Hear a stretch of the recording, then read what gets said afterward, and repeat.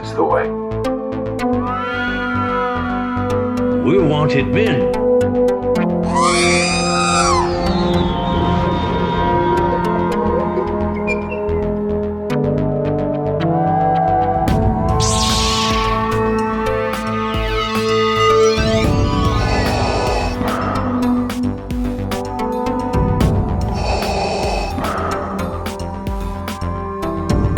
I have spoken.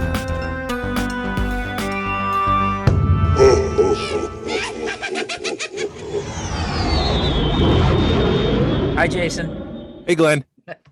So we all got extra coffee this morning. Yeah. Yeah. How's your week going? Part of the coffee this morning, though, is because it's so freaking cold out there. It's ridiculously cold out there right now. I don't know what. I know people are like rolling their eyes. Jason's from Syracuse. I'm even wearing a Syracuse shirt today, but it's different down here. It's like there's more moisture. It just like goes right to your bones. Yeah, it's that's called humidity. Yeah. Well, it's a different kind of cold down here It for is. those keeping score at home. Plus, when you're not, you get it for what you already had it for 2 or 3 months. So we've been having pretty decent weather down here, and then all of a sudden it hits 20, and you're just not mentally prepared for that crap. Right. But we got to get through February, but then after that, it's going to start getting better. Right. Spring. And this is sort of the weekend when this stuff happens, because in my Facebook memories, it's like 8 or 9 years ago when we had that bad snap snowstorm that stranded everybody. So this is sort of the weekend when that stuff happens. Right. But thankfully it snowed last night. We went down to downtown Woodstock and had some dinner. And as we're coming home, we were like, is it snowing? And sure enough, it was snowing. Yeah. It's snowing out there. Not Yeah. much. It's basically just covering the leaves that are on my grass. It's not really, well, it did stick a little bit to the deck, but it's not like on the driveway. Right. It hasn't been anything amazing. Right. Nothing magical. Right. Magical, and it's just cold enough to where you don't want to do anything, and nothing's beautiful. Yeah. Absolutely. Yeah. Now, I was just looking at Oran Free Taa. We were talking last week, and we were trying to remember the name of the other Twi'lek that's heavyweight. Mhm. Because Bib Fortuna becomes heavyweight, and we were like, what's the other Twi'lek? His name is Oran Free Taa. Narayan was able to pull that for us, and he was available in the Saga collection. So he's on one of those blue card backs. Somewhere back there. Somewhere back behind me, but he's got like one of those Senate hover cams that kind of follow the senators around, so you can get like a close-up, so you don't have to see them from a distance. And if you're a senator, that's what you would see. You would see the hover cam, and then you would look at your console and see the close-up of that senator talking. Awesome. That's what I was saying to myself before we started, and you're like, you're talking, I hear you. And I'm like, oh, I am talking. I'm not on mute like I thought I was. Right. I thought you were just, having a conversation with yourself, which you were, but I was preparing for the show. at least you weren't going, that damn Glenn. No, Time to record another damn show. he's late again. 3 minutes. Dude, I was down here moving stuff around because, you found a good deal on cases and threw me one, and I've been rearranging stuff. So avoid the mess behind me if you watch the video later, Yeah. because my room's a freaking disaster. It's amazing. You don't think it'll be that hard to find room for stuff, but sure enough, it's ridiculous how bad, you move one shelf and then it just takes you days to get everything back in order. Yeah, I found glass cases. They're maybe about 6 feet tall. They're glass. They're like professional looking. They're commercial grade, and they're tough. They're not going to break. They're tempered glass. And I was looking for those online because you got the Stamps place. What is it called? Yeah, Stamps. It's Stamps, and there's another place in Norcross called something But it's not stamps.com. It's like that's the name of the company that makes these kind of display cases, commercial display cases, and they were $600. Yeah. And If you can find them. Yeah. If they had them in stock. Yeah. Sorry.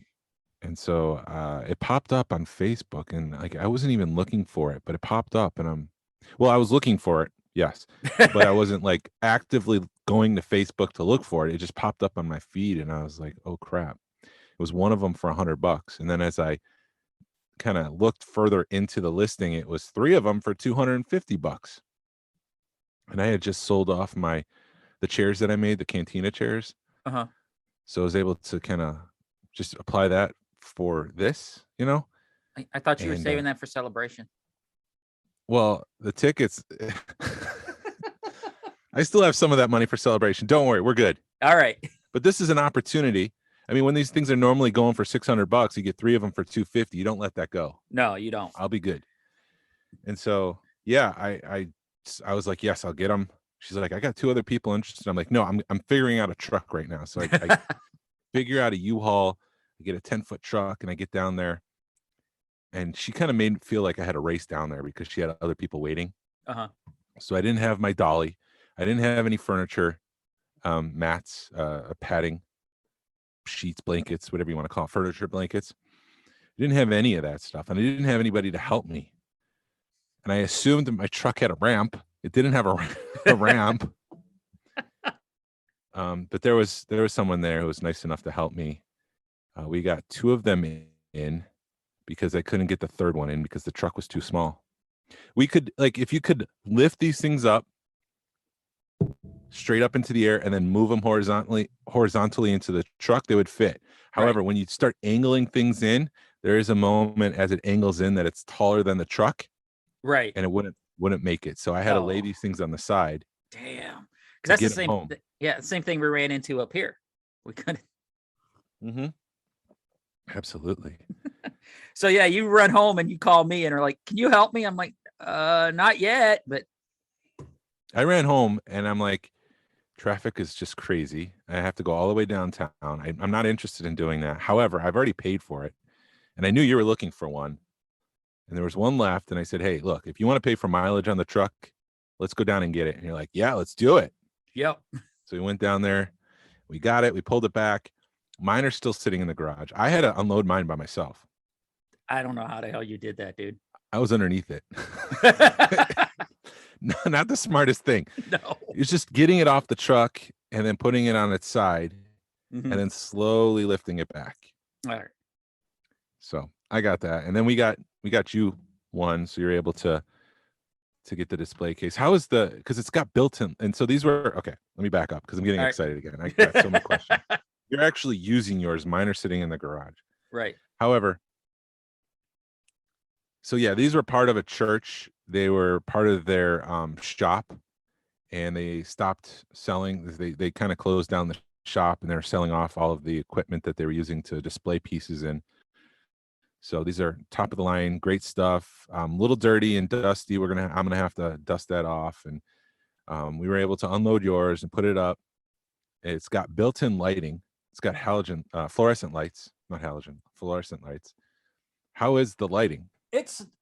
I'm looking at mine right now. It's not bad. I can probably gonna upgrade it. I don't know. I think it's about where it needs to be, because if I upgrade it, the stuff up top is going to be blown out where the stuff in the bottom would probably look fine. So I'm wondering if it's a case of leaving that light in and using it, but then also putting some LEDs along the side. As good as the LEDs look in my other case, I'd be real tempted because they're pretty cheap, $20. Yeah. I'd be real tempted to throw some in there, but I don't know what I do with, I don't know if you just leave that light in there and not use it because you got the LEDs, but I don't know. Maybe. But I mean, I think it looks all right. It looks good. Can't complain. The only complaint, quote unquote, I had was it feels like at the top and at the bottom, it may bow a little bit because I had issues getting the shelving on the top, like the very top shelf and the very bottom shelf. And it didn't matter what glass I used. I went back and forth a couple of times with different pieces, and it just, you kind of have to like tap it. You're tapping it going, please don't break, please don't break, Oh, geez. So, but I don't know if I would have moved it up or down an inch or two, if that would have helped or not, but I got it in there and it looks good.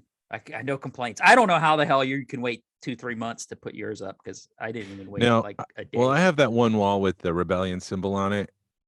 And so I think today I'm going to get Harrison and my wife to help me bring one in. Awesome. We're going to put it there. I'm going to put the sail barge there. I have some of the Return of the Jedi vintage collection pieces that kind of go with the Cell Barge. I'll put that around that. Micro Machines will go in there. Maybe some of the carded figures might go in there. I don't know. Yeah. Vintage Kenner stuff. So we'll see. I think I'm going to do that today. And then the other one is going to go right here where this desk is at some point, because the desk is going to go upstairs into my bedroom, and I'll probably be recording up there. So I won't be in the Star Wars room anymore. Oh, But we're talking like summertime. We're not anytime soon. right. Well, you won't have to use a blanket anymore when you do that. That's true, because it's very warm up there. Yeah, I took all my Bill and Ted stuff and put it in this tall case, and then I took I'm in the process of moving all my micro collection into that case, and then I'm gonna put all my Min on cards or my 12-back run and any other Min on card that'll fit in the micro case, and then I've got to find space to figure out what I'm gonna do with 2 shelves. Let's see. The other thing I did this week, the vintage collection. It was kind of based off the Star Wars Forever poster with Kim Simmons. He called it the 3 world poster with Hoth, Tatooine, and why do I say Tatooine twice? Endor. Right. And so he remade that. He used, like I mentioned before, the same sand, the same foliage. I got that framed.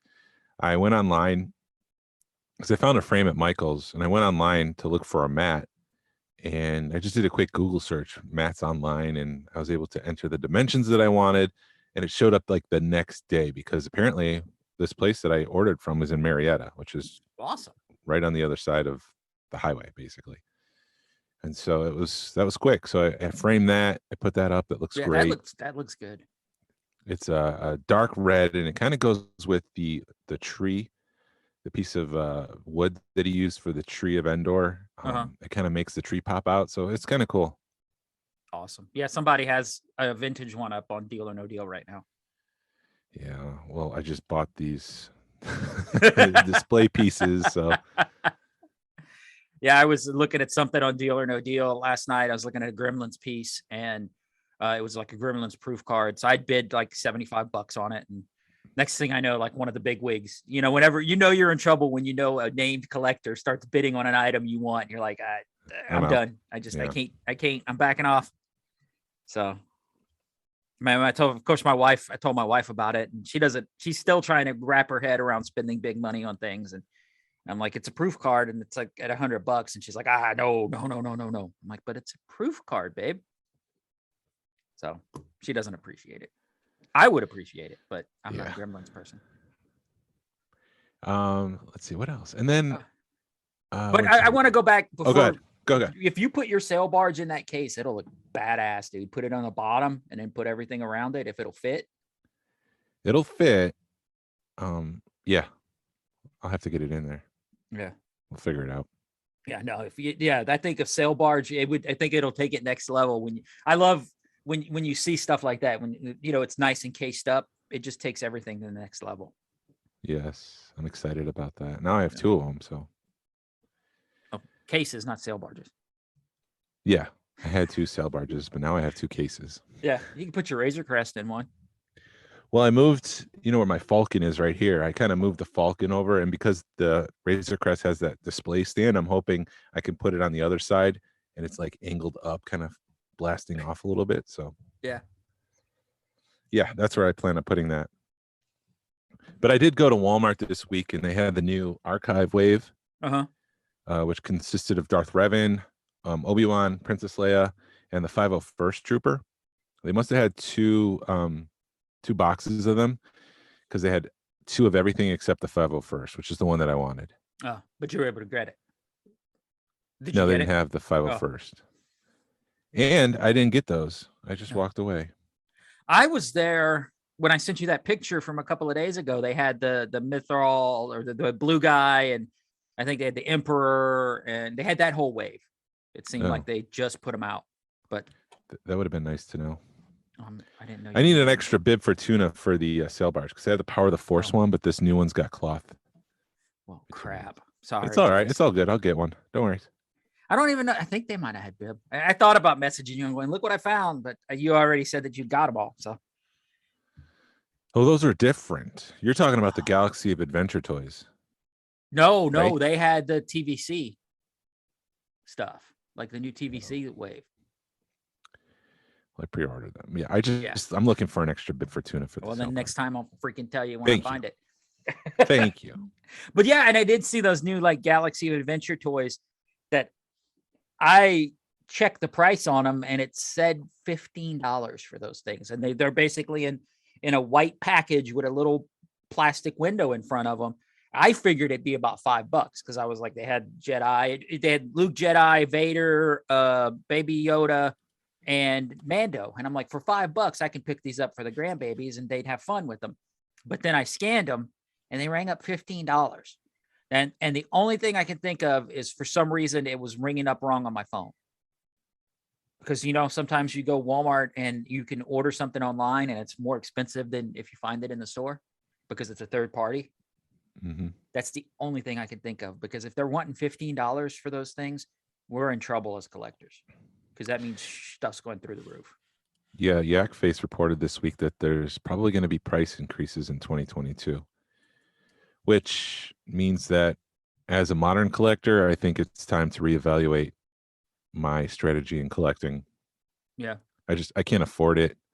I mean, I think I'm going to guess that, you know, the vintage collection has another year or two, and I'm going to try to stick with that and get those, because I do like the aesthetic, that vintage feel.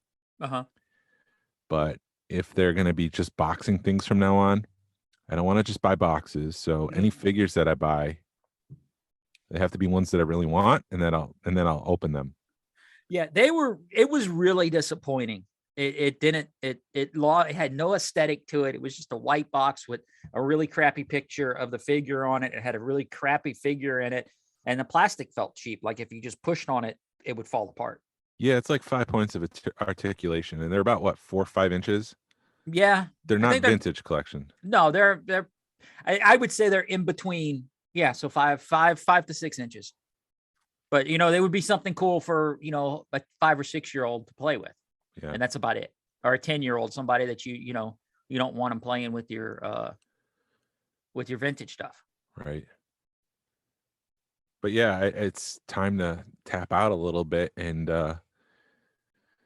not get them all. Yeah. Sucks. It sucks. But I mean, like I keep saying, you got to vote with your wallet, but damn. Yeah, I don't even know if not voting with my wallet would affect anything. I mean, it's just shipping and the cost of production and all that stuff. It's all going up, and so it's just I only can collect the ones that I want. That means no more repacks. I don't care if there's new face printing. I'm not going to buy those. You know, if it's a character I don't care about, then maybe it's a character I don't get. Right. You can't be a completist anymore. No, and it's just time to let that go. Right. Well, that's why I Time to- stopped. Go ahead. No, it's just time to grow as a collector. Well, you are running out of space too. Yeah, that's the other thing. Yeah, That's the other motivating factor. Right. Well, you saw my neighbor when he helped us with that shelf. He was just like, Jesus Christ, dude. Yeah. A lot of people, when they're not prepared for this, and then you don't realize how much stuff you have until you have somebody just walk in off the street, or a friend that hadn't been in there in a minute, and they're just like, what the hell? And then you're like, yeah, I kind of do have a lot of stuff. Yeah, but it's contained to like one room. So if you go into the house, well, not yours, but for Mine other is- people, it is contained to one room. Yeah. I'm lucky. I mean, yeah, my You're wife lucky has huh? Yeah, you're lucky your wife is supportive and Right. And she's able to, she's a collector and supports the habit and buys me plane tickets to California to go to Celebration, even though she told me no 6 months ago. And all of a sudden she's like, go have fun. there you go. But I don't know. Yeah, I got a lot of shit. Yeah. So, yeah. That's that. Yeah. There's lots of news this week. Did you get anything other than shelving units? Oh, I got the mat. I didn't pick up those figures. Something did come in the mail. Oh, the Rebel Troop Builder Okay. pack. So I got that, but that's just a white box that I didn't open. So why get those? Right. it's just, I mean, I think the art's cool on it because it harkens back to the old school, like the Jabba or whatever, because they did the line art on like some of the cheaper packaging. Yeah. But I don't know. As you can see, I'm kind of going through something here, some sort of change. you've got some feelings. I got some feelings about my collecting habits, and yeah, it's just time to make an adjustment here. All right. Well, next week there's a show, so the Powder Springs show. So that Yeah, I'll be going there, and I'm still collecting. Don't get me wrong. I'm not closing shop. I'm just saying going forward, if Hasbro's raising prices and they plan on repacking things, how many Stormtroopers do I really need? all of them. Oh, okay. Never mind. Are you building my- It depends on if you're building dioramas or not. I'm not. There, that you don't need anymore. Right. Yeah, I don't. Those only thing that really happened with me is those glasses, Burger King glasses, finally came in. So Oh, they did? yeah. And then I messaged him and I'm like, dude, I've got them. And he's like, we'll catch up when we catch up. He's like, I may be at the Powder Springs show. I said, I'm gonna be in New Orleans. I said I can hand them off to my buddy Jason. He's like, I'm like, he's like, I may not even go to Powder Springs, so don't worry about it. And then I'm like, Toylanta? He said, sure. Oh, you're not here next weekend. Right. I'm gonna miss that. Dad, we're gonna miss, I think, half the shows this year. Because we've got plans, or it'll be one where my wife's out of town, so I'll go by myself. But yeah, the shows are looking rough this year for me. The Powder Spring. The Powder shows? Spring shows, yeah. The big Yeah, no, shows we'll be at. I'm talking about recording our episode for next week. Oh yeah. Well, maybe we'll record it Wednesday night and we can get like a raw episode of Book of Boba. Maybe, but then we'd be a day late. No, like this Wednesday night. Oh, okay. Like right after you finish watching Boba. I Okay. don't know. Or I'll do it Thursday. Piss the wife off and be like, instead of packing, I gotta record a podcast. No. Maybe I'll just go to Powder Springs with your recording device and just ask people questions and throw something up for the week. Yeah. So how much news? You said there was a ton of news this week. There is a ton of news, and I was, yeah. So we'll go through it. The first piece here, I misunderstood. I thought that Lucasfilm and Hasbro made a deal to make figures through 2023. Mm-hmm. But the deal is that they'll start making Indiana Jones figures in 2023. Oh, That- that's The contract that they've extended, they didn't say how long it goes until. Oh. Which I was initially concerned because I'm like 2023, that only gives them like right now to make figures for the end of 2023. But that's not the case. It's just starting Indiana Jones figures. And I might get one Indiana Jones, like a Black Series, Adventure Series, whatever they're going to end up calling it figure. uh-huh. And I will open it. What? I will. I'll put it up on my bookshelf, but I'm not going to be as precious. But I don't know like what I want at Raiders, Indiana, or what I want at Temple of Doom, Indiana, because I do love the end of Temple of Doom. Was he be like all stretched, not ganked out or whatever? Instead of wearing a jacket, he's in that white shirt with his arm kind of ripped off, and he's got the machete. Oh. Hold on, lady. We're going for a ride. So you like the sexy Indiana Jones? If you want to say it like that, yeah. I don't see him as sexy. I see him as adventure worn. But yeah, we'll see. Let's see. Oh, also the new Boba Fett figure dropped this week, Yeah. which had me super confused. Sorry to sound like a YouTube there, dropping the word super. I don't know if you've ever. I noticed that. didn't get that it was a different, because they had sent me the email, or sent us the email, Hasbro did, and I'm looking through it, and I didn't realize it was a totally different figure or not totally different. He just didn't have puffy pants, or had puffy pants, or whatever. Yeah, he didn't have MC Hammer pants. But it was the same figure. Like I was very confused, and going by memory, I was just like, "What? Wait, haven't they already announced this?" Yeah. And the price went down. Initially, they said it was $26. They didn't announce it was a Target exclusive, and then the price went down to $20. Yep. And then it dropped at $1, and it was available in the app. And I went to go hit add to cart pre-order, and it said error, and I refreshed the page and it was sold out. And I'm like, that's not right. There seems to be some sort of error where like things are ready to go at 1 o'clock, but the inventory is not set. Oh yeah. That's happened before, like on Hasbro Pulse. And so I think that's what happened here. And about an hour later, somewhere between 30 to 60 minutes, it became available and I was able to pre-order it. But yeah, there's hopefully this one's going to be on a card back. Yeah. But yeah, it's the same figure. It's just weird. Like, why are they laughing at us? Is this like a money grab? Like, what is going on here? Well, this Boba Fett has an extra ding on his helmet. This Boba Fett is looking left. This Boba Fett's looking right. He's got a new hat. This Boba Fett has a top hat. Yes. I don't know, dude. It's weird. And that's part of the reason why I have to reevaluate what I'm doing here. Yeah, I don't blame you. If you're I'm just just- going to be releasing two the same Boba Fetts within 3 months of each other, what's going on? Yeah. Why? Because they're effing with us. They are messing with us. The Yak Face is also reporting that another retro prototype figure is coming to Target. They have no idea what it's going to be, but they were speculating that it would be Chewbacca. But again, there's zero confirmation. That's just them speculating. But there's another prototype figure. I mean, if people are buying them, then they're going to be making them. Yeah. I'm good with one, and that's it. One and done. Yep. I got my Boba Fett. I had the Vader, and then when I realized I could make $100 off of it, I sold it. Yeah.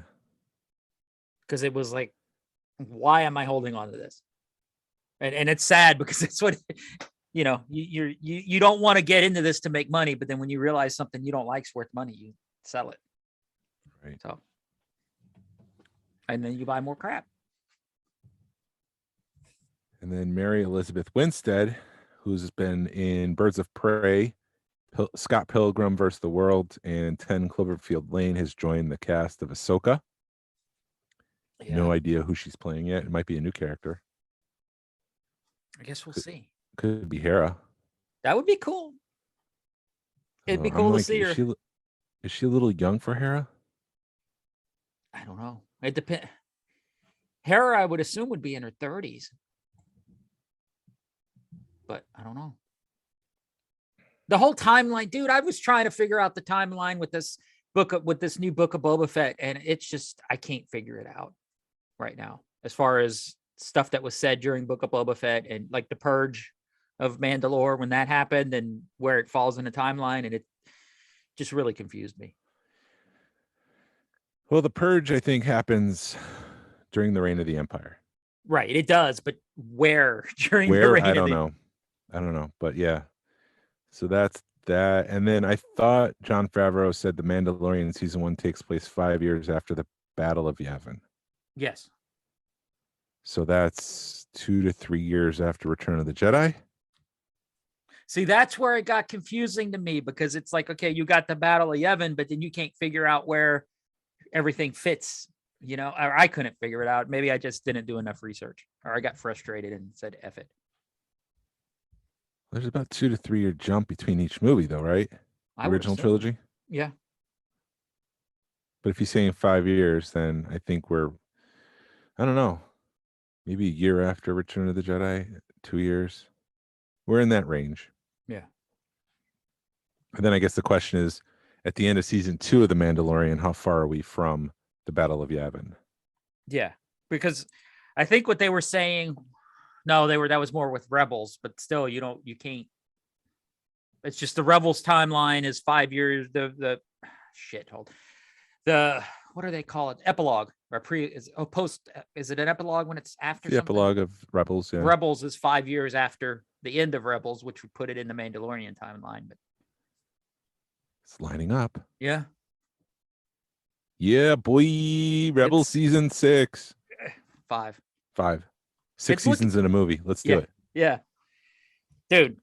Yeah, don't even. How long till we see the Ahsoka show? I've delayed it. I've derailed you, not delayed. Yes, derailed you have. You've totally with have. the thoughts of. I mean, I want Bryce Dallas Howard to direct a Star Wars movie at this point. I think there's a real big push for her to do it. She's a strong director. People are signing petitions, but it's like, what good is a petition going to do? Yeah, what good is a petition if you don't have a script? Yeah. I See? I want a Mandalorian movie. Yeah. I don't think we were talking about this last week. I don't know what we're gonna get. Like, Disney Plus, I guess it's just so they don't have to pay for distributing because they've got the they got Disney Plus to distribute it. So why would they put out movies when it's just as successful on Disney Plus? Right. And they'll just get more subscribers. I don't know. Is that the only way they make money on Disney Plus is subscribers? Because there's no Yes. ads. Right. Wow. There's been rumors that they're going to move to an ad version like Hulu, Uh-huh.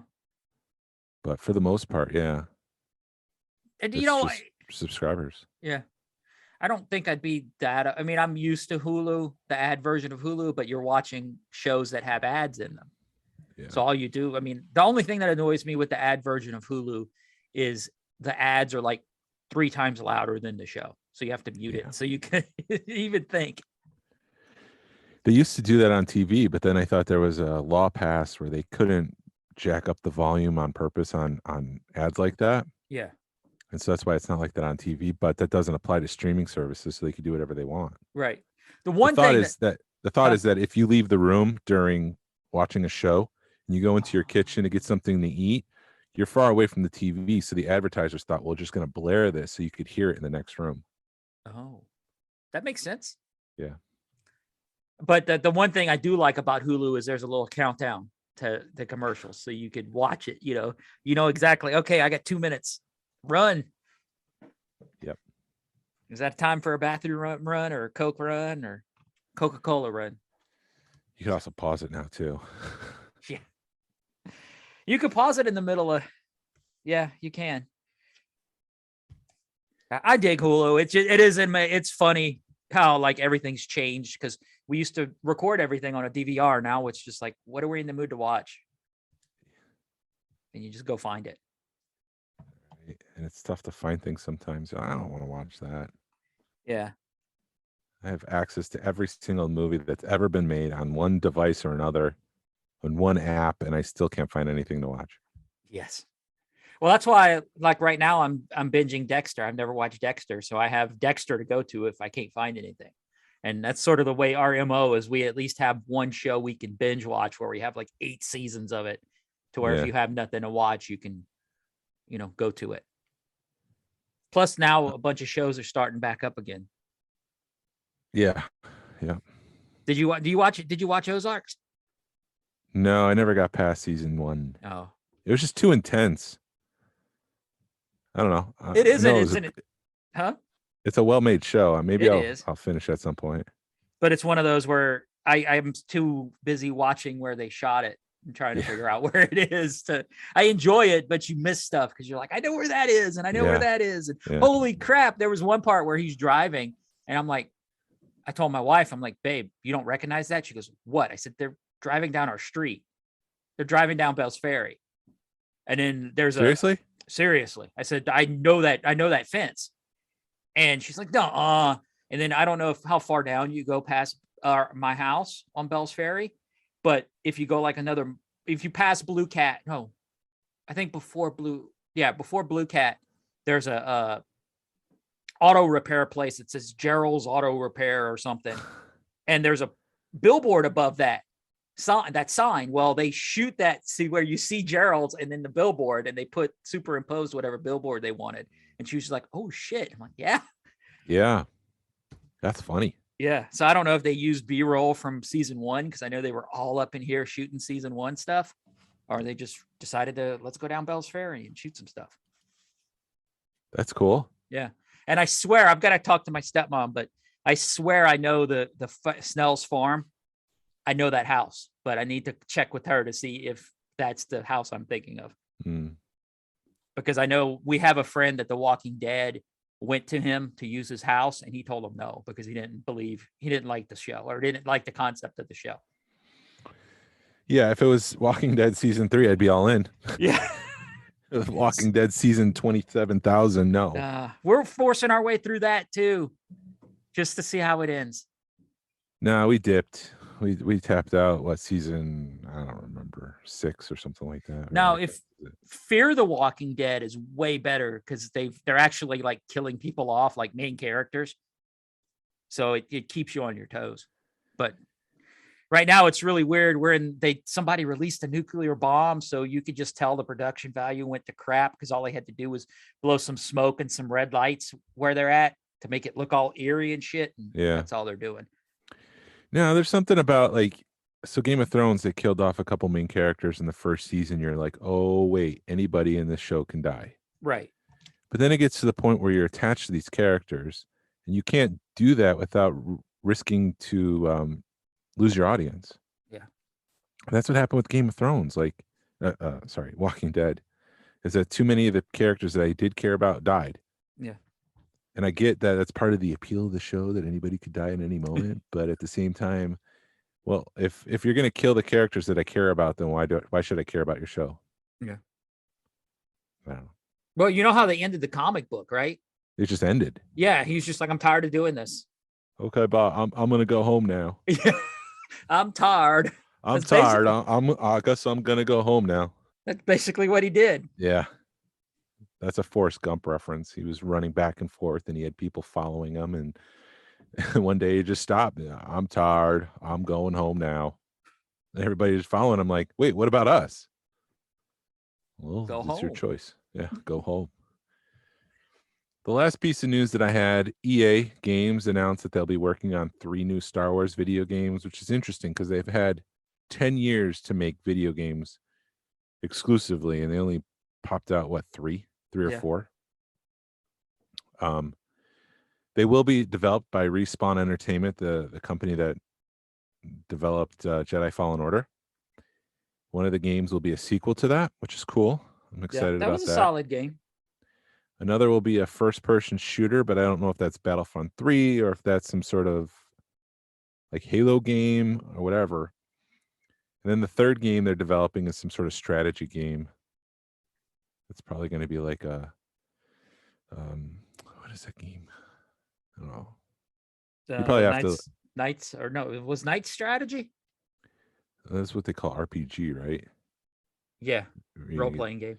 Role-playing game. No, I think this is more in line of like you are the Empire. You set up 3 battleships, and then you have to set up a factory to make more battleships, and you have to take over the plan. That's my assumption when I hear strategy game. Okay, sort of like Sims, but more evil. Yeah, Sims. They've had one like that before for Star Wars. There was Warcraft started off that way. There was Command and Conquer was like that back in the day. If you remember that. That's No, what I think. gotcha. That's what I think when I hear strategy games. Okay. Okay. Dude, I don't know. I think if they did like a Halo game or something where it was a campaign versus shoot 'em first person shooter where you're Yeah. fighting other people, that would be badass. It would. But yeah, that's all the news that I had. But it's going to be on Play PS5, and I don't have a PS5, and I don't want to spend $500. Well, they're not even making PS5s anymore. But It'd be Xbox too. I don't want to spend $500-600 on a gaming system. Yeah. It's not fun. No. And then Microsoft just bought Activision, so all those exclusive games that were once PlayStation, they're going to be coming over to Xbox now. Hey, good for them. That's how you have to beat them. Yeah. Buy them out. So yeah. What else? Oh, I don't have any more news. Unless you want to talk about Book of Boba. Yeah, we could talk about that. Is there anything else? I don't have anything, no. Yeah, I was Huh? trying to be flexible. Right. Flexible. Trying. We could talk about the NFL. No, I don't know anything about that. But yeah, the return of the Mandalorian. Spoilers ahead. Yes. Book of Boba Fett is called The Return of the Mandalorian, directed by Bryce Dallas Howard and written by John Favreau. Yeah. It's a weird episode. It basically was Mandalorian season 3, episode 1. Yeah. Is what it boils down to. But You knew, I mean, a lot of people were griping and moaning about this, but they did it in Bad Batch when they did a Hera centered episode. They've done it in, pretty much every other season, every other show. So why are you surprised when you knew what we were getting into and you knew the Mandalorian was coming back? But I was surprised where it's just like with Ahsoka, when they introduced Ahsoka, she's in the first shot. And of course they did the same thing with Mandalorian. Yeah.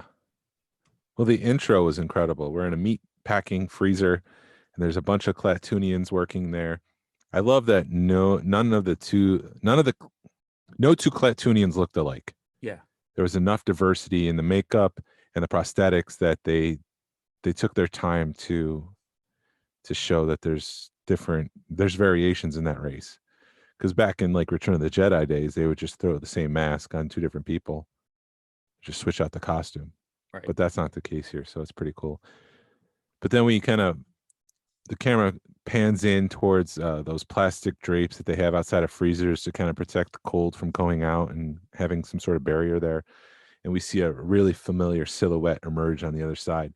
That's one of the things that I love about Star Wars is the silhouette. Mhm. That you can like squint your eyes when you're looking at a character and they've got distinct enough features where you know exactly what character that is. And so when the Mandalorian emerges, it's like, oh, here we go. That's him. That was a great way to introduce that character in my opinion. Plus, it also is like the swinging doors in a bar, like old school Western. Yeah.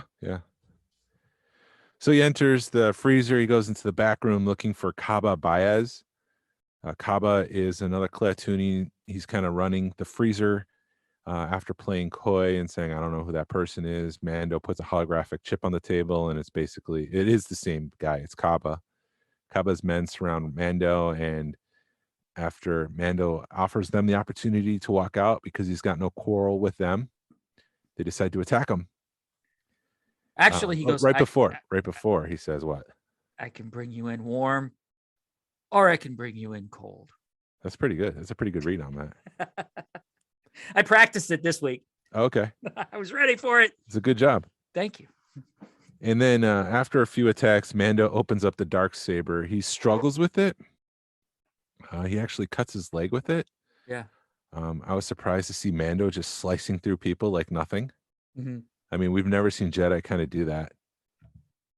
They usually doing that with battle droids, not with creatures and aliens. So not at this scale, I should say. Yeah, they've done that. Like Mace Windu cut off Jango Fett's head, but it wasn't this violent. It wasn't this violent. So I was kind of surprised to see that. And I thought he was badass. He was like, it was just a new side of things. And I guess I kind of assumed at the end of season 2 that he's kind of calmed down a little bit and wasn't as vicious because he's got a heart now. Yeah. But yeah, it's pretty cool. It can only go so far. But I wondered, like, is this what we expected from Boba Fett the entire time through the show? Yes. And clearly they wanted to differentiate the Mandalorian from Boba Fett. And Boba Fett is growing and evolving, and he's not the bounty hunter that Mando is. He's something different now. Yeah.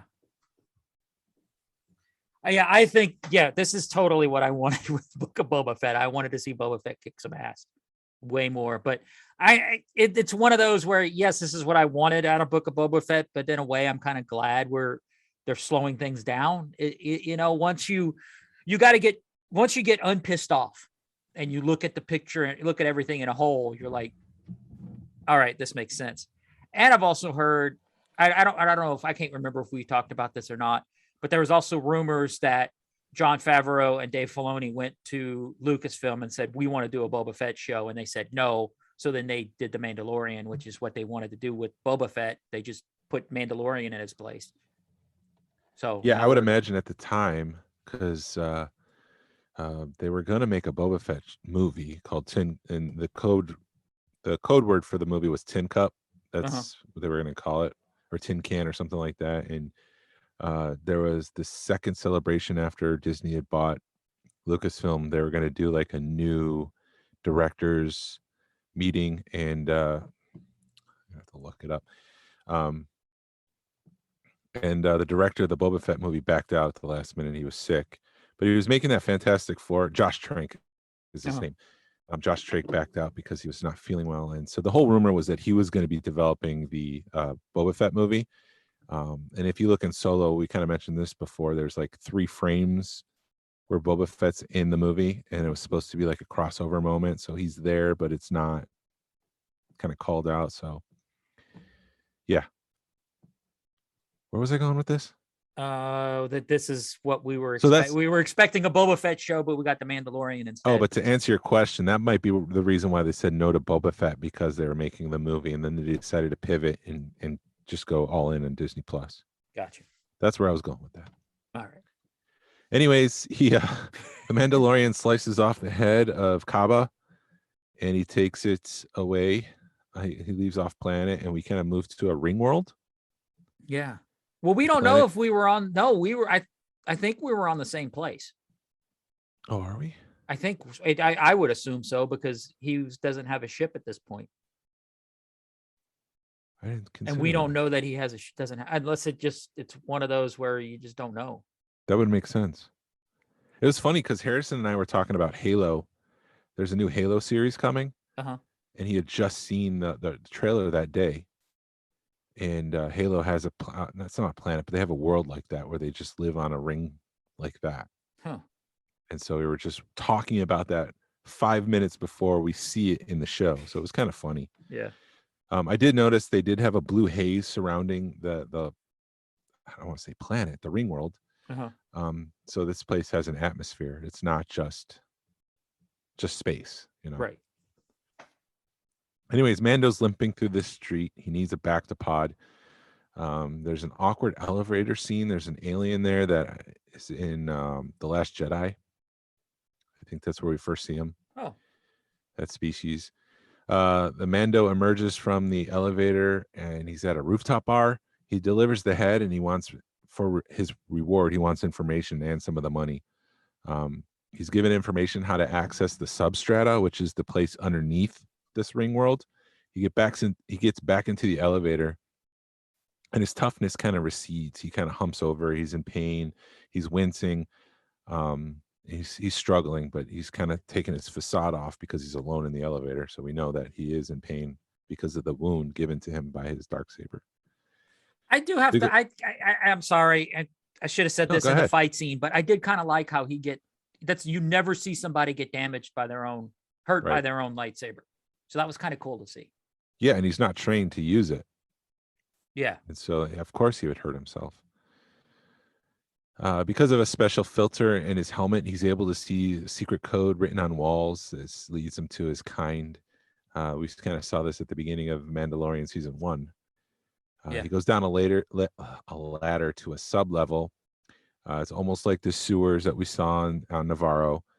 There is a long catwalk, which is probably meant to offload people from ships. Like there's some sort of cargo ship that goes underneath the place. You know, they open up their back and they use this catwalk to unload stuff. But the armor is at the end in meditation. Mando kind of walks down the stairs to get closer to her, but he collapses. Paz Vizsla comes around to help with his wounds. The armor asks, how did he get that wound in the first place? And he says the Darksaber. Since the Darksaber was created by House Vizsla, Paz, whose last name is Vizsla, treats it as if it's some sort of holy relic as the Mandalorian hands it to him so he can take it over to the armorer. Well, let me interrupt you right there. It is a relic, dude. I don't know if you I don't even understand the lore. I was of the trying to Darksaber. explain how to describe it. Yeah, no, but it just I don't. The next like 5 or whatever just the lore of the Darksaber in this episode was amazing because you're learning even more about it. So, but anyway, I get it. I was just trying to find a way to explain it. Okay, I was gotcha. just saying it's like a holy relic, like it's precious. It's Mandalorian doesn't treat it that way. He just treats it like it's a blade. Right. It's a weapon. And they're treating it like it's given to them by the Force or something. I don't know. Right. Which I guess it is. But anyways, the armor explains that the saber must be wielded by one who won it in combat. If it's not that way, then the race of Mandalorians are cursed until someone wins it in combat. The saber was created 1,000 years ago by Tar Vizsla. Tara was once a Jedi and a Mandalorian. Mando is offered the opportunity to be with the Armorer and Paz, to kind of stay with them. She's like, "You can stay with us," and Paz kind of looks down at the Darksaber with great interest. Mhm. We cut to a scene where they're setting up the blacksmith, the what do you want to call it? The not the oven, the forge. She's setting Yes. up the forge, and we learn that Moff Gideon. This is like a catch-up section where we learn that Moff Gideon is with the New Republic and is going to go on trial. We know that the spear that the Mandalorian defeated Moff Gideon with is Beskar, and that it could actually pierce Beskar armor. And the armorer says that Beskar is for armor; it's not for weapons because of that reason. She wants to know what he wants to do with the spear as she kind of takes it down into different pieces, and he says he wants to give it to a foundling, i.e. Grogu. He wants to make some piece of armor for Grogu. It's here that we learn that Bo-Katan is kind of blamed for the reason why Mandalore was fallen. Mhm. Why Mandalore fell. I could speak. I'm good with words.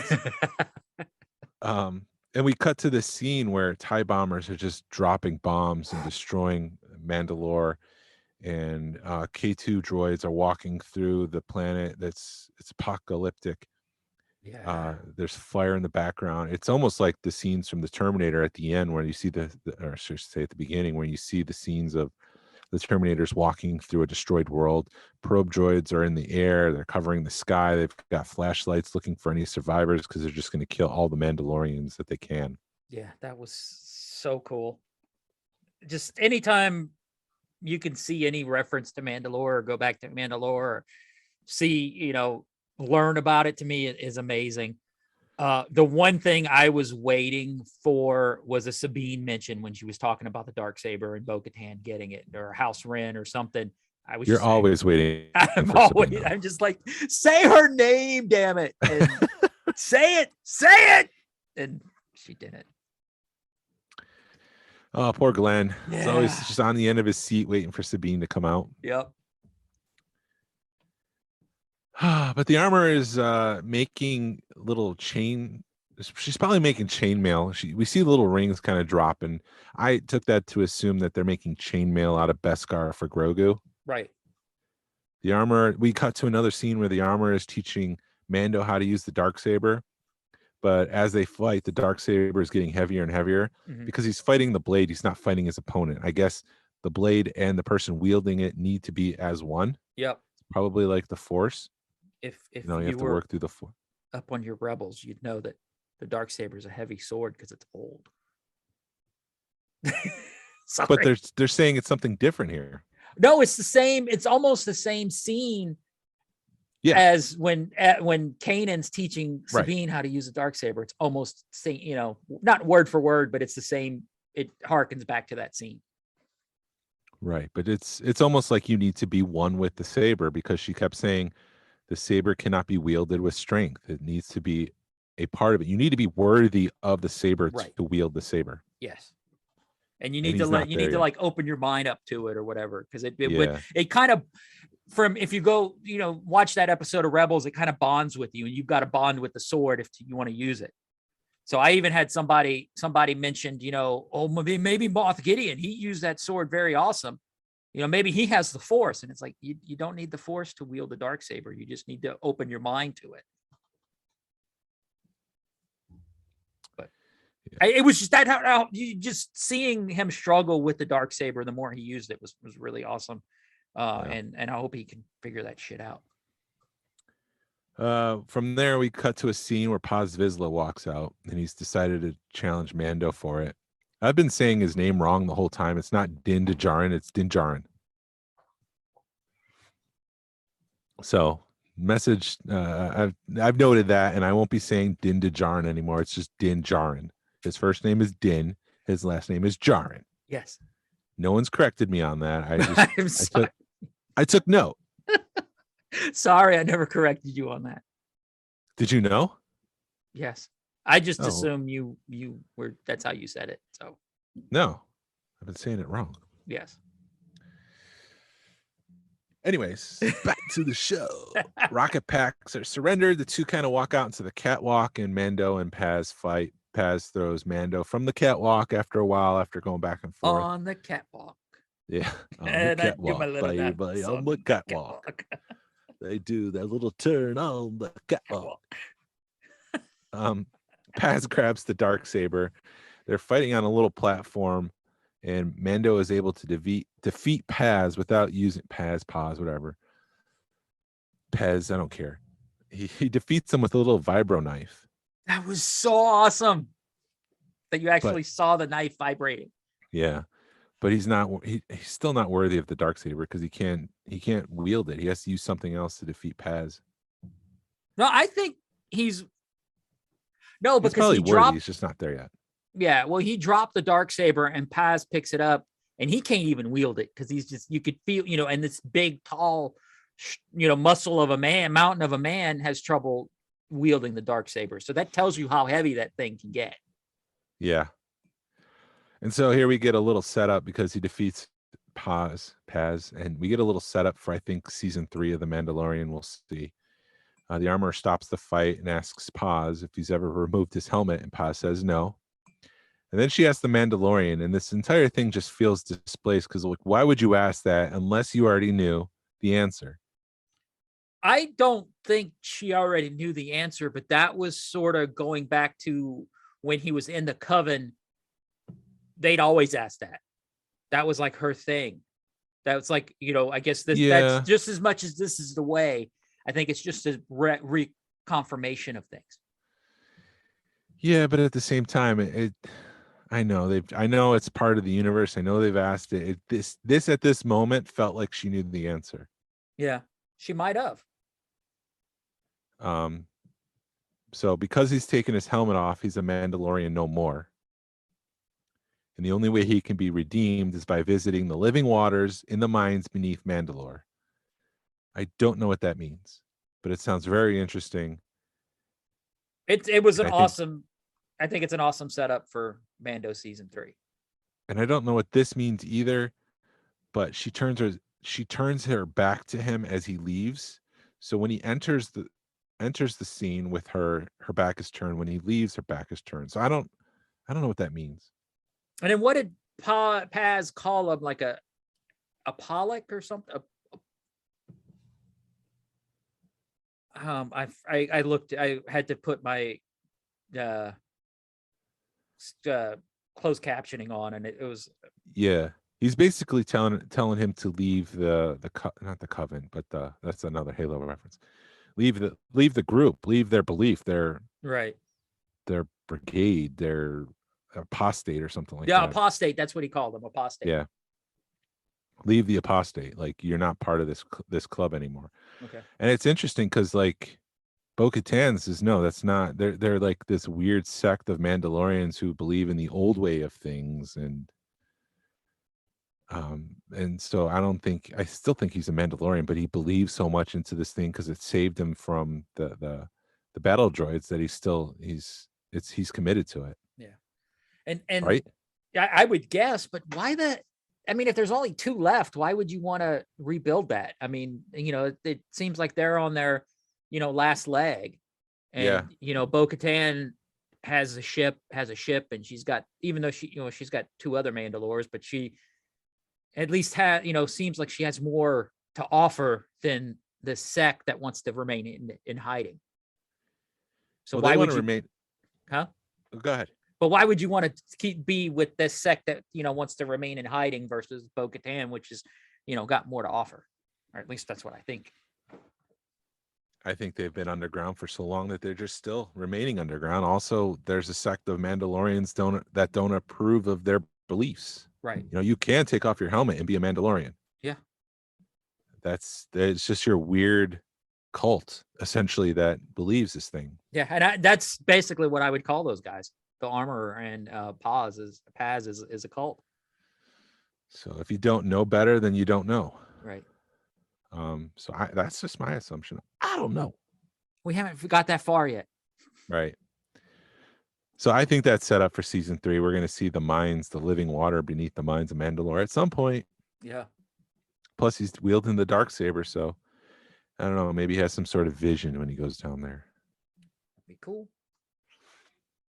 Anyways, the Mandalorian takes public transportation to Tatooine. There's an RX droid there, a Rex droid, asking him to dump all his weapons. It's kind of funny to see him, dump the bombs and the grappling hooks and all his rounds and even the Darksaber as all these passengers are just nonchalantly boarding the Star Cruiser behind him. Yeah. I was expecting him to have more crap, but yeah, that should have gone on for like another 30 seconds with just dumping all kinds of stuff in there. That would have been cool. And I was also expecting when he gets to Tatooine, when they open up the case, there'd be nothing in it. But that's not the case. No. It was just a moment of levity, I guess, after this whole scene where he's kind of kicked out from the thing that he believes in and the thing that he's working for to support. He's kicked out of it. So I guess it was just moment of levity. Yeah. But we do see the Mandalorian chilling at the back of this cruiser. There's a little Rodian that's peeking out behind his seat, and he's green. He's got large eyes, and it reminds Mandalorian of Grogu. And he kind of picks up the little package of chainmail, and it's round, and the corners have kind of been pulled tight to look like Grogu's. It's Grogu's silhouette, I didn't put the Romulan and Grogu together, but I did. I totally picked up on that bag, but yeah, that was a good little foreshadowing. Yep, that's kind of what I took that as. And so they drop the Mandalorian off. The gates in the background here are lifted directly from Ralph McQuarrie art. And they kind of used that on Jakku, but here they've used it and put it on Tatooine and Mos Eisley. And I'm really surprised Disney didn't put the Halcyon in the background of one of those figures, one of those shots. Just to kind of be like, people be like, there's the Halcyon. I'm going to go stay on that. I'm still waiting for Batuu to show up at some point. Yeah, I think it will. They've already hinted at it. I expected it in season 2 of The Mandalorian. And I just go at nighttime when Disneyland is closed and film there. Yeah. Like, you don't need to build sets. Well, you've got the volume, dude. You could totally tell in that meatpacking set that it was all fake. No, that was real. That was a real set. Well, you could tell some of it was, like some of the background images or whatever. Like when he's walking in the door, if you look to the left, to me, it just looked fake. Not fake, but it was good. Don't get me wrong. But you could tell it looked like it was the volume. No, that didn't look like the volume like Ringworld did. To Like me. what? Okay. Ringworld, Halo. Oh, yeah. Gotcha. That all looked like volume to me, but the meatpacking place didn't. That looked like a real virtual set. Not Gotcha. virtual set. What am Okay. All right. I understand what you're saying, man. Yeah, I don't think I understand what I'm saying. But you look like it was, I don't even know. It wasn't virtual. It wasn't the volume. It was right.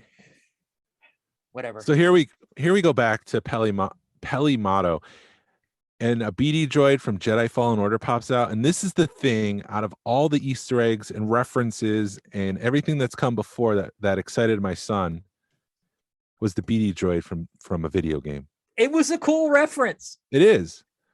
But he doesn't know Max Rebo. He doesn't know. Oh, the whole. Okay, I got you. Yeah, the whole after show. Rex. I mean, he kind of laughed at Rex, but I mean, Star Tours has kind of changed where it's C-3PO that now drives the ship, not the RX droid, right. the Rex droid. Yeah. And so this was the thing. Oh, well, I guess he's now part of the Cantina, Olga's Cantina. But anyways, this was the thing that got him really excited. Out of everything I've ever seen, it was the BD droid from Jedi Fallen Order. Anyways, there's a Womp Rat that's loose in Peli's shop, and they're trying to nag it, and the BD droid goes after it, and it's kind of attacked, and Peli is trying to rescue that droid, and then she gets attacked, and it's Mandalorian that kind of shoots the and it's funny because after he shoots the Womp Rat, she's like, put that thing on the grill because I don't want it to be gamey. Yeah. So it's like this pest in their shop is now going to be their dinner. Right. But we do learn that Mando's on Tatooine because Peli says she's got a replacement for the ship. There's a lot that goes on here. And so I'm just going to kind of skip over some of the beats. I'm not going to hit, beat for beat, but she does unveil an N1 starfighter that is from Naboo. She says that she'll make the ship faster than a Fathier, which are those horse-like creatures from The Last Jedi. Additionally, she says this ship can jump into hyperspace without a docking ring, which is what Jedi Star Cruisers used in Attack of the Clones and Revenge of the Sith. They would attach the ships to a ring, which would bring it into hyperspace. It was a cool reference. I think it. Yeah. Well, Do you want to say what that one reference did to? Yeah, I mean, last week Yeah. the N1 Starfighter was selling on eBay for $35 to $50, and this week after you couldn't give those things away. People No. laughed at that ship. and now those things are selling for anywhere between $200 to $350. Yeah. Just And because it's appeared on The Mandalorian. somebody actually spray painted one silver and was trying to sell it for $1,000. Yeah. Everybody just calm down, because Hasbro's going to be making a ship at some point, Yeah. an official released ship. And also the prices of this thing is going to come back down. I don't know if it's going to go back down to $35-$50. Usually when things jump like this, they calm down, but they never go back to where they were. Yeah. So it's probably going to be about $100. Do you want to talk about your feelings on him having that as a ship, or do you want to get a little bit further into the thing? Oh, And let's go through the play-by-play All right. and then we'll get into it. All right. Because I also knew that the Mandalorian was in the episode before I even before I kind of woke up that morning. And I'll tell you why in a minute. Okay. Anyways, she convinces Mando to rebuild the ship. Did you get the thrust capacitor joke? Where evacuate your bowel or whatever. No, she was saying some sort of like, you need a thrust capacitor. Uh-huh. And it's a reference to the flux capacitor. Oh. You didn't pick up on that? No, I kind of it's one of the you were like, am I hearing it? But you don't. Yeah, there was so much going on. There were so many different references. At one point, Peli admits that she dated a Jawa for a while and said they were furry, quite furry, which is like, what? Yeah. What? And then the Jawa hits on her. Yeah, it's just It was. I need to watch that. Like that. Yeah, that episode. You need to watch it probably 4 or 5 times because there's just so much going on. yeah, she's just fast with her references and everything that's going on. The Mandalorian is stripping the paint from the Starfighter to give it a chrome look, kind of like the original Razor Crest. We see a new Gonk droid that's powering the ship. Jawas pull a cryogenic density combustion booster from a Pike ship, and they put it into this new N1 Starfighter. Peli gives us the entire situation of what's going on with the Pikes at the ground level. So we're not looking at it from Boba's point of view. We're looking at it from people in the streets. Mhm. Everything has gone to hell. She says this. Everything's gone to hell since the Pikes have moved in. Everyone's afraid. Law enforcement's not doing anything. They're not going anywhere near them. If Boba Fett comes in and clears the situation, he's going to be a hero in the eyes of the people who are afraid of them. Yeah. So anyways, they pull after this whole scene of them rebuilding the ship and dropping all these references. It kind of felt like Iron Man making his suit in the original Yeah. Iron Man movie. It's this whole It was montage. a fun. Yeah, it was a fun little probably one of the best montages. Did you get the reference of when Jawa showed up with that long stick or whatever Yes. it was? Yeah. It took me reading it and I was just like, oh, that's yet another like nerdy Easter egg. Yeah. That's from the trash compactor Yeah. in the original A New Hope. That's what they try to use to brace the walls from closing in on them. I do have to give me a proud husband moment. I looked at my wife and I said, there's an Easter egg there. And then she went, is that the thing that they tried holding the trash compactor's walls back with? And I was like, you know, you're Star Wars. Yeah, boy, you got it. Yeah. Because like Anyways. it's hard, I guess, because I watch it at like 5 o'clock in the morning and I don't want to play it too loud because I know she's still sleeping. So it takes me like rewatching it. So you miss that the first go through. So I catch it the second time or I'll read about it and then I can catch it when you see it again. But that, Yeah. it's just a cool little reference, cool little Easter egg. Yeah. Yeah. It's always fun when they drop these things in. And we're going to get into more Easter eggs here in a minute All right. because this thing looks like a hot rod. They kind of wheel it out, even though it's hovering. I know there's no wheels, so don't at me. But it's now a souped up N1 Starfighter. It's a hot rod. It's got guns on the front. It's got this giant engine that was some sort of Old Republic, pre-galactic era engine or something like that. Yeah. Anyways, they took the droid part out and they made it a place where he can put his bounties. That was one of the things I was concerned with. Like, if he's going to be a bounty hunter, you can't really put overweight characters in there. You got to be pretty thin, Yeah. or that's just a place for Grogu. Could be both. Yeah. We'll get into it. I've got my thoughts. I mean, it was a cool ship, but it can't be a permanent ship for him. So then the Mandalorian starts up the ship and he takes it for a spin and he's flying through the Boonta Eve Classic pod racing course. Yeah. As we saw in the Phantom Menace, which I'm like, holy crap. And some of all the graphics here looked like cinematic level special effects. These didn't look like cheapo graphics that you would see like on Agents of S.H.I.E.L.D. or something like that. You know, this is cinematic level visual effects work. Right. This is would why hold up- the speeder chase looked like shit, so we could get this. Maybe. But yeah, this is exactly as we saw in the Phantom Menace. It would hold up to any Star Wars movie. He's blasting through Beggar's Canyon. I don't know if you noticed it. The amount of detail is insane. Mhm. There's a ramp that he blasts past. It's the same ramp that Anakin uses to take off and kind of shoot up into the air and jump ahead of Sebulba. Uh-huh. But there's like a gate at the off ramp, and he blasts through that gate, and it just splinters. It's all wood, so it's just splinters. If you pause it, the gate's still there in the ground, covered in dust. Yeah. That I saw that later on, Yeah. or when on Facebook or whatever. But that was cool. Yeah, I mean, yeah. So like they're paying attention. They're making all these references. They're respecting what came before. So I appreciated that. And from there, he kind of blasts off into the atmosphere. There's an awesome shot of him piercing the clouds. The only thing that whole scene missed was when they showed the Womp Rat, was him shooting the Womp Rat. He needed to shoot that Yeah, 'cause Womp Rat. That is Beggar's Canyon. Yeah. That he was blasting through. That's what Luke Skywalker would fly his T-16 Skyhopper through, and he would blast those Womp Rats. Yeah. That's what you're referencing. Yes, he needed to, because they show a Womp Rat and it's right there, and they show him flying over it, and he needed to hit it. But I guess maybe Right. they didn't want to piss somebody off. So From there, Mando is flying around that Star Cruiser. It's the same Star Cruiser, I think, because the Rodian kid is still there, and he's kind of looking out at them, and Mando is speeding around it, and he's coming back to the planet, and we see a couple X-Wings pull up beside him. Essentially, he's being pulled over for speeding too close to the Star Cruiser.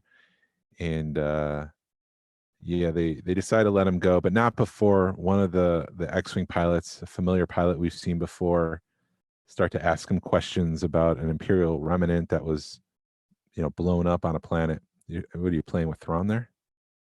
yes. Yeah, you are. You're playing with Grand Admiral Thrawn. Yes. I have a Grand Admiral Thrawn and a little Boba Fett on my. Yeah. I have Ahsoka here. Ooh. Did you? Anyway. Oh, is that Galaxy of Adventure Ahsoka?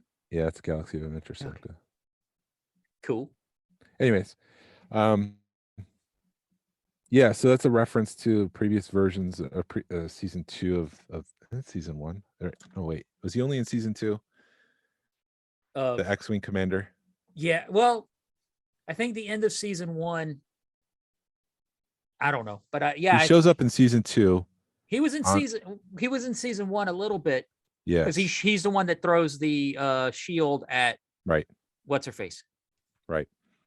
And then he shows up again on the ice planet in season 2. But anyways, he's back again. He's going to question the Mandalorian about that, and Mandalorian just takes off using sub light speed thrusters or something like that. And Mando lands back on the planet, and Peli asks him how it was, and Mando says, "Wizard." It was wizard. Which again is another reference to Phantom Menace. That's what I don't think it was Anakin says it. I think it says Buddy. Yeah. What's his face? Anyways. The other little slave kid. Yeah, we'll get there. Yeah. And then Peli says that someone was looking for him, but Peli locked the friend out. And then we see Fennec kind of climb over the security system and get to Mando.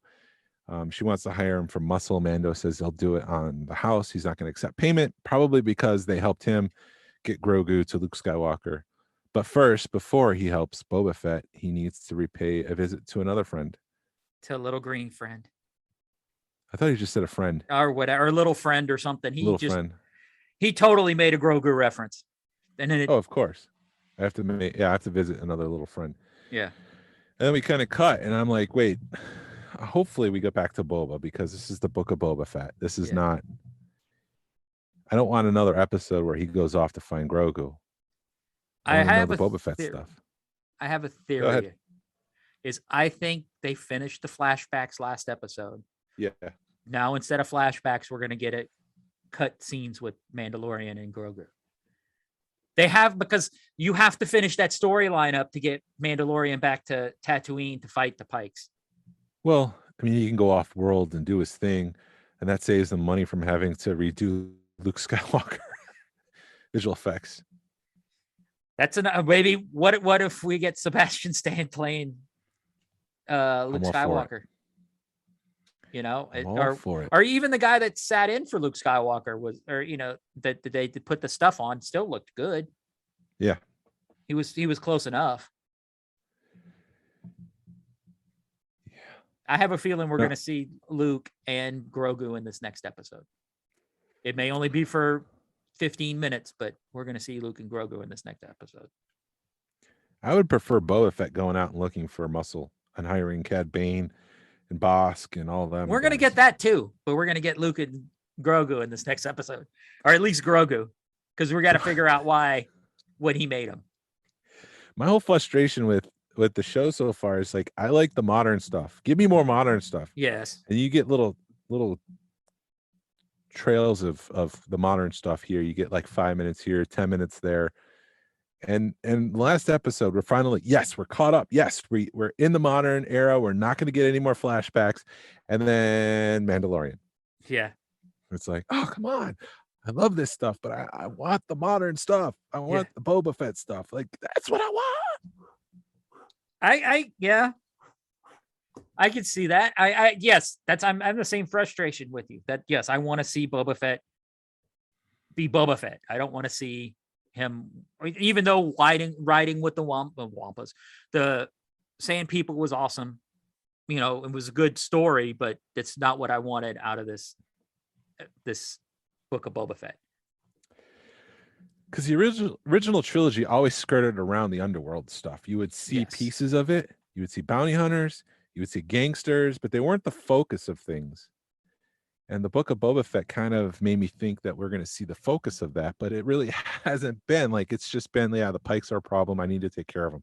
The Pikes are a problem. I need muscle. The Pikes are a problem. Let's go back to Tuskens. It's not like, I want to see the dynamic of that. I want to see the deals. I want to see the Godfather in Star Wars. And I thought that's what we talked about this, because that's what we thought we were going to get. That was one of our theories, but instead we're getting him in a back to tank with flashbacks. Right. Now, what would be cool is if you're gonna see him become the Godfather, and then that carries over into Mandalorian season 3. I don't know. I think the way to look at this is like an appendage of season 2 and season 3. Yeah. It's like a 2.5 or something.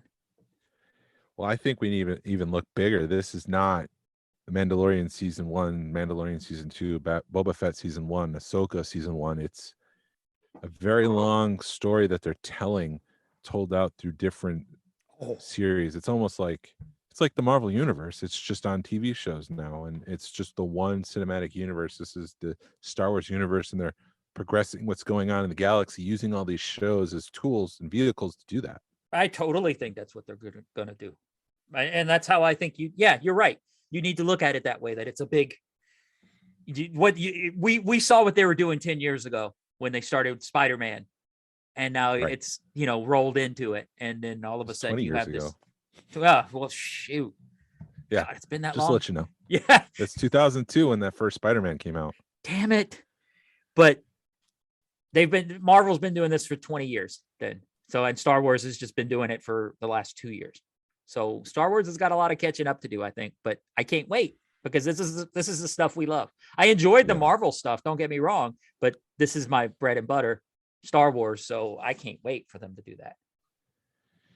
So yeah, I liked the episode. I thought it was badass. There's some great action scenes. I love the lore, the progressing the Mandalorian a little bit and kind of setting things up for season 3. Um, they're probably explaining, look, he can't just use the dark saber because it's too difficult for him.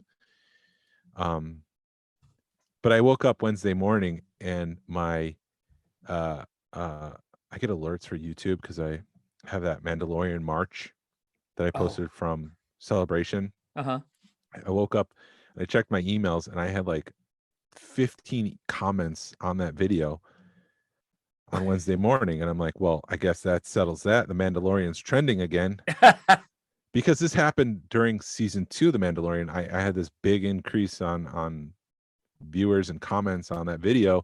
And then season 2 ends and it goes back down to like 0. Mhm. And all of a sudden on Wednesday it just spikes and it's continued to rise ever since then. So it's like the Mandalorian's back, he's trending, he must be in this episode. Yeah.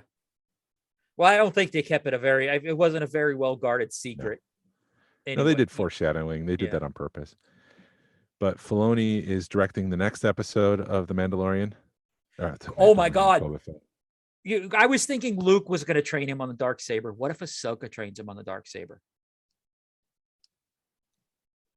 With Dave Filoni. Yeah. Wow. Yeah, like do you show up and Luke's there with with Ahsoka? What if we don't get Luke? What if we get Ahsoka and Grogu where she's training Grogu? It's possible. Anything's possible. Oh my God. Jesus. Anyway, that would be awesome too. And have both of them training. And could you imagine Grogu having a little mini lightsaber and him and Mando are learning how to train lightsabers at the same time? No. Use lights. Oh. It'd be cute. I don't think it'd be jeez. Be freaking incredible. It would be I awesome. Anything they give us would be awesome. Yeah. I don't think Ahsoka's coming back. I don't have anything. I don't have anything. It's just I'm spitballing right now.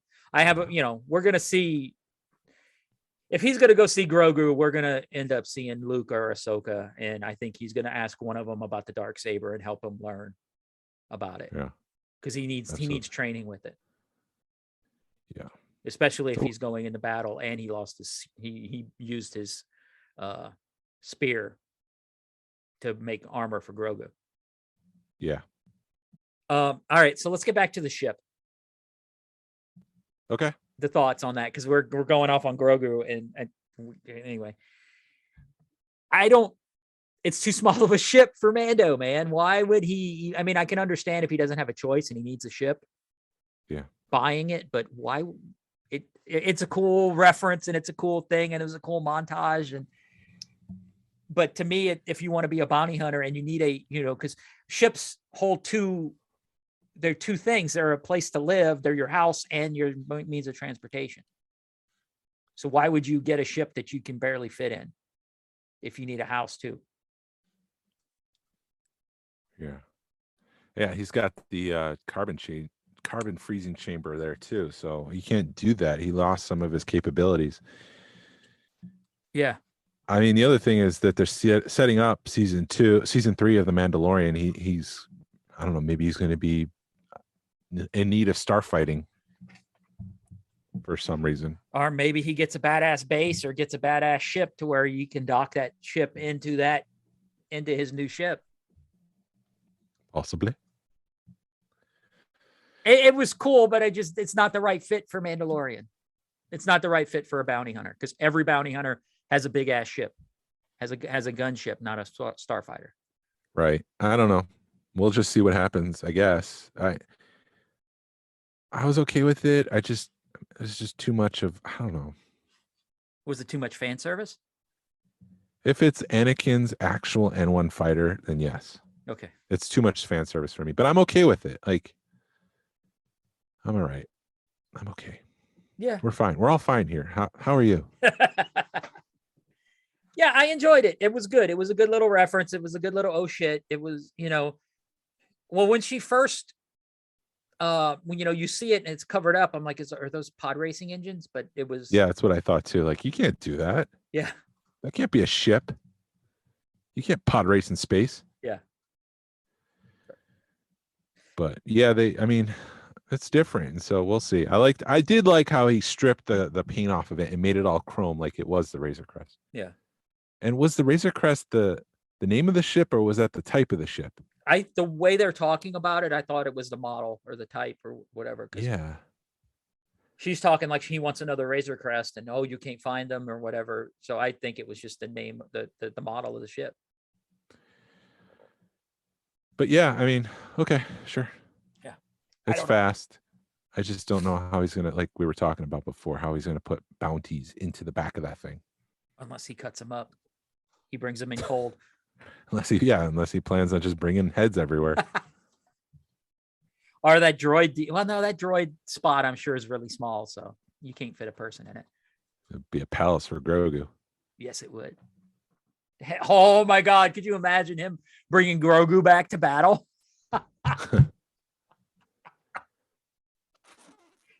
No, I don't. Jeez, no. Nope, I don't. So, yeah, I'm looking forward to the next episode to see where they take it, because this was an unexpected turn. So hopefully they have more unexpected turns, but I do like the crime lord element of the show, and I just want to see more of that. Can we get to that, please? Please. I think they'll set it up at the end, and then we'll see it in Mando season 3. I don't know. Unless Tamora Morrison's going to be too busy playing Rex in the Ahsoka show. I just don't want a season of a show to be set up for another season of a show. Yeah. Tell your story. Oh, jeez. I don't know. Whatever. Have a good day. Yeah. We're all fine here. Read the ending, Jason, because I don't know what else to say. Thank you for listening to the Smugglers Galaxy podcast. If you could, please leave a like and a review, or a 5-star review would be great, of the show anywhere you listen to the podcast. It really helps us out and it points people to our show. Follow us on social media. You could find us on Facebook, Instagram, Twitter, and YouTube. Send us an email or message us. We'd love to hear feedback, and we try to incorporate that into the show. Our email is smugglersgalaxy@gmail.com.